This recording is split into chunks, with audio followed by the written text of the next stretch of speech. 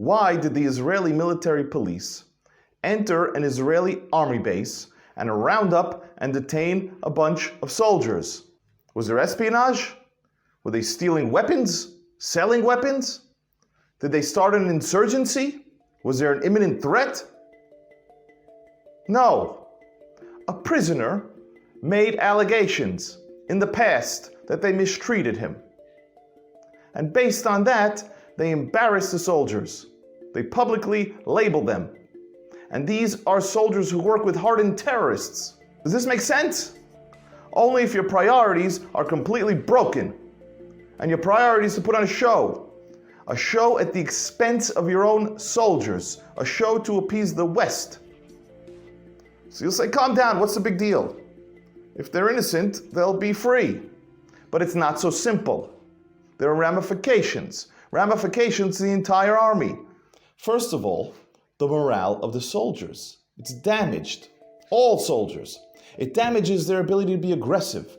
It interferes with their confidence, their ability to gather intelligence, including intelligence on hostages. We're talking about Islamic terrorists, people who plan and want to die, to be martyrs. Some may hold life-saving information. I want my soldiers to have the option to be aggressive and confident. Next, the morale of the terrorists. Terrorists in detention. Terrorists on the battlefield. The terrorists of the future. Now they all know they have rights. They have Israeli military police who will defend them, who will protect them. It tells these terrorists to just have a little patience. Prison won't be so bad. Wait for the inevitable hostage deal. Wait with fresh bread and hot showers.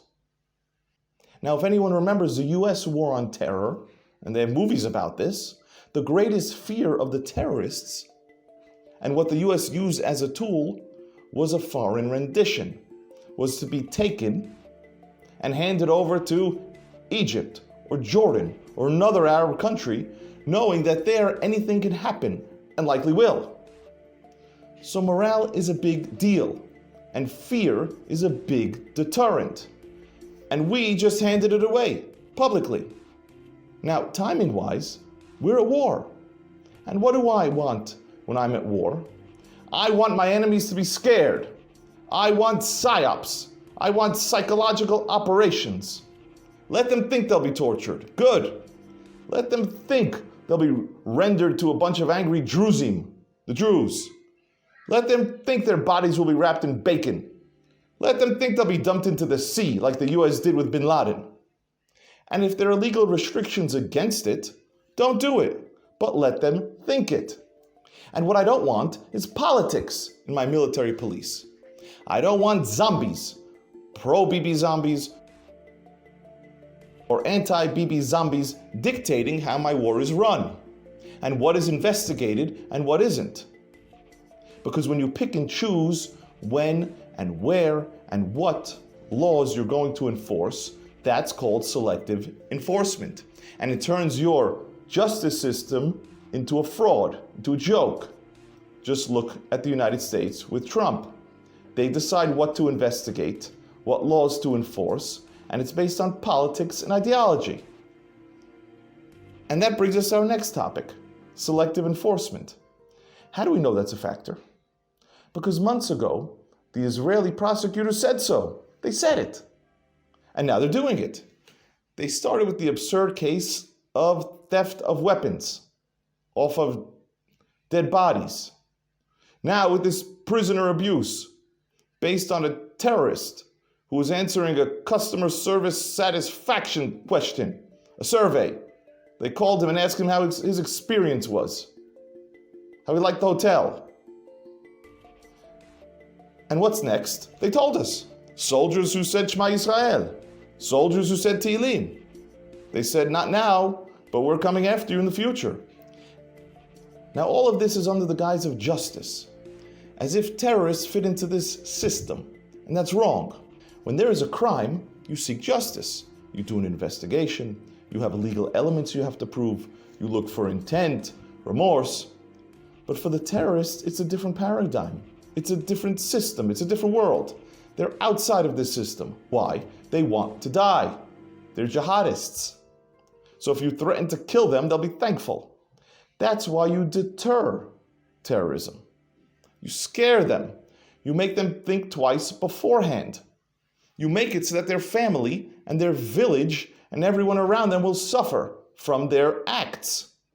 Is it nice? No, it's not nice. We know this. But that's why terrorism has been around for so long. Because it takes a heavy-handed approach to deter it. Otherwise, it works. And if you're worried about transparency and morality as your number one goal, you can't do any of this. So Ariel, everything you say is very interesting, thanks. But it's not so outrageous, it's not so foreign to us. Terrorism has been around for a long time. The US waged its war on terror for years. Any American over 30 knows what I'm talking about. Any Israeli of any age should know what I'm talking about. But do they? So let's start with our Israeli leaders. What, they don't know about morale of soldiers? They don't know how to deter a terrorist? They don't know of the timing of an investigation in the middle of a war? Going in to arrest soldiers in a base? About selective enforcement? They know all of this. Of course they know this. So why do I have to hear from the Prime Minister and the President and the misguided army leaders talk nonstop about international law and a moral army and transparency? That's not how you fight a war, and that's certainly not how you fight terrorism. So why do they do it? Because our leaders are so beholden to the West, so afraid of how they will look before the West, so paralyzed from operating, that they have changed the definition of winning. They have moved winning from the battlefield to the public perception, to Western opinion. That is their ongoing obsession.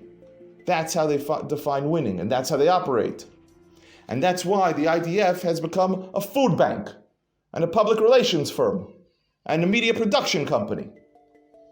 It's why we're proud to show off our restraint. An army that brags that it took 330 missiles and drones from Iran just to make a big hole in an airport runway. That brags that it took 220 missiles from the Houthis just to start a big fuel fire, a Lag BaOmer fire. And it's why the entire north is on fire, and we just keep making threats for 10 months.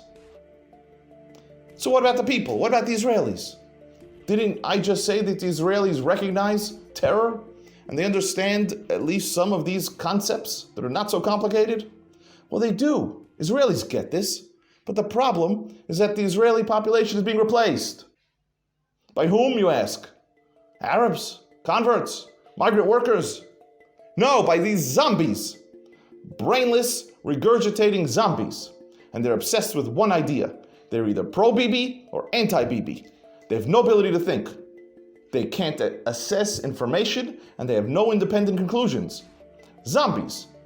The US had the same issue with Trump, and still does. When the COVID vaccine came out, Americans didn't know whether they should take the vaccine or not, and they had to wait to decide what Trump said to decide if they're against it or for it. There's no thought process. Zombies. They think life is a sporting event.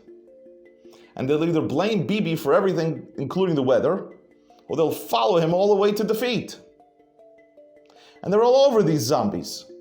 They're chanting in the streets, they're on Twitter, and they're here on YouTube. Boring, simple zombies.